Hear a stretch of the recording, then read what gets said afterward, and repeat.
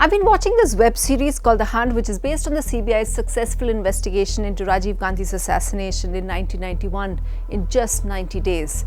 They used forensic evidence and worked within the limitations of multiple jurisdictions to get convictions for LTTE sympathizers, which led to life imprisonment for the accused. As a journalist who has covered these investigating agencies, there was one aspect that I couldn't stop wondering about. Just what went wrong with our premier agencies?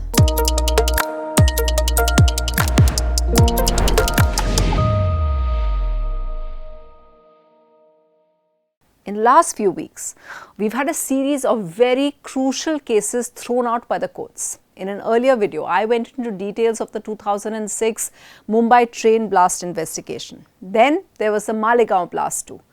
But today I want to tell you about the general failure of policing in the country, and spoiler alert, it has to do with politicization. First, let me illustrate with the latest egg on their face. The case involving former Aam Aadmi Party Minister Satyender Jain.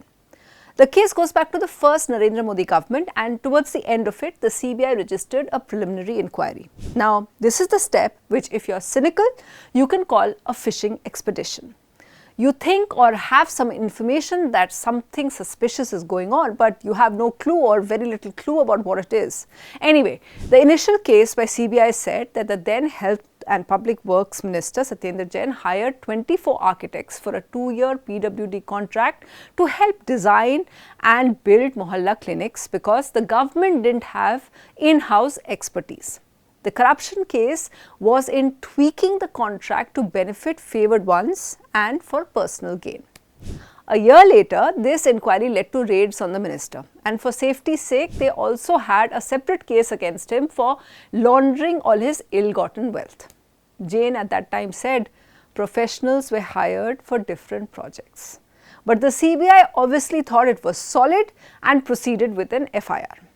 By 2022, Jain was arrested, albeit in the larger money laundering case, and by then, the public probably believed that the AAP leader was corrupt, with all these cases piling up. Till the CBI, after all these years, produced a closure report. Now, look at what the agency says in its closure report about the entire case, and I quote, "After investigation, the CBI concluded that the need to hire professionals was justified. The CBI found no irregularities in the selection process. The selection was based on merit and qualification. Therefore, no evidence of corruption, criminal conspiracy, undue favour or personal gain was found, and a closure report is preferred." Unquote. What? How do you go from preliminary inquiry raids to FIR taking 3 years to just, he's good, no case in 8 years?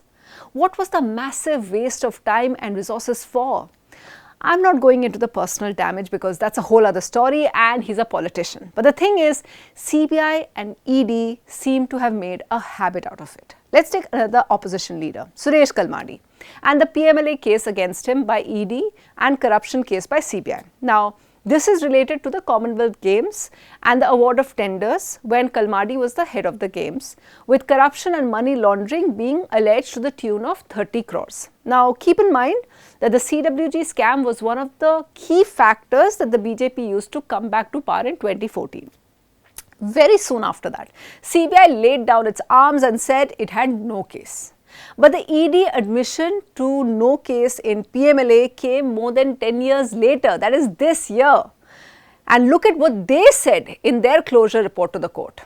It is stated that the offence under Section 3 of the PMLA has not been proved due to the absence of the proceeds of crime, which in layman's terms means that the ED said Kalmadi took money but couldn't show anybody any money.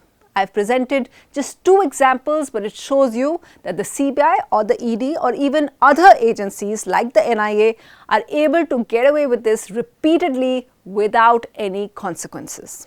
I've been a journalist all of this millennium, and I can tell you that I can't remember the last time the CBI or the ED was able to nail someone big.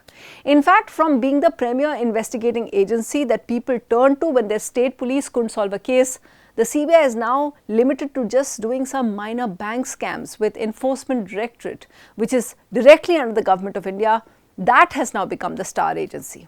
It's a high-profile agency with an infamous track record. Don't go by what I'm saying. Let's look at the data that the BJP minister provided Parliament a few months ago about the ED.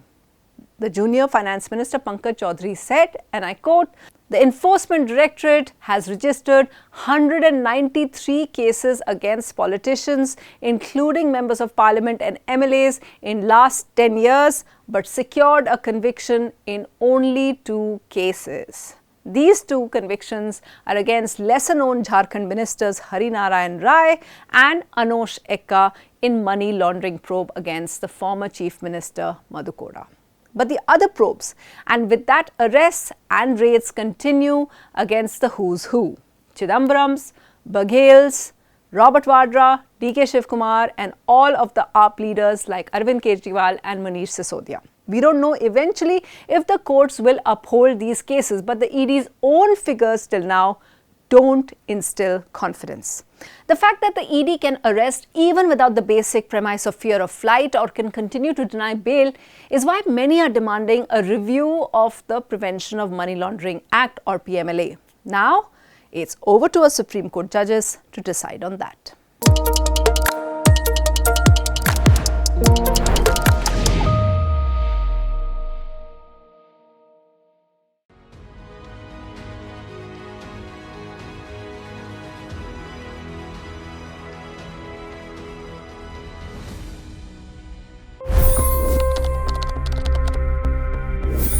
$25 crore गरीब गरीबी को परास्त करके बाहर निकले.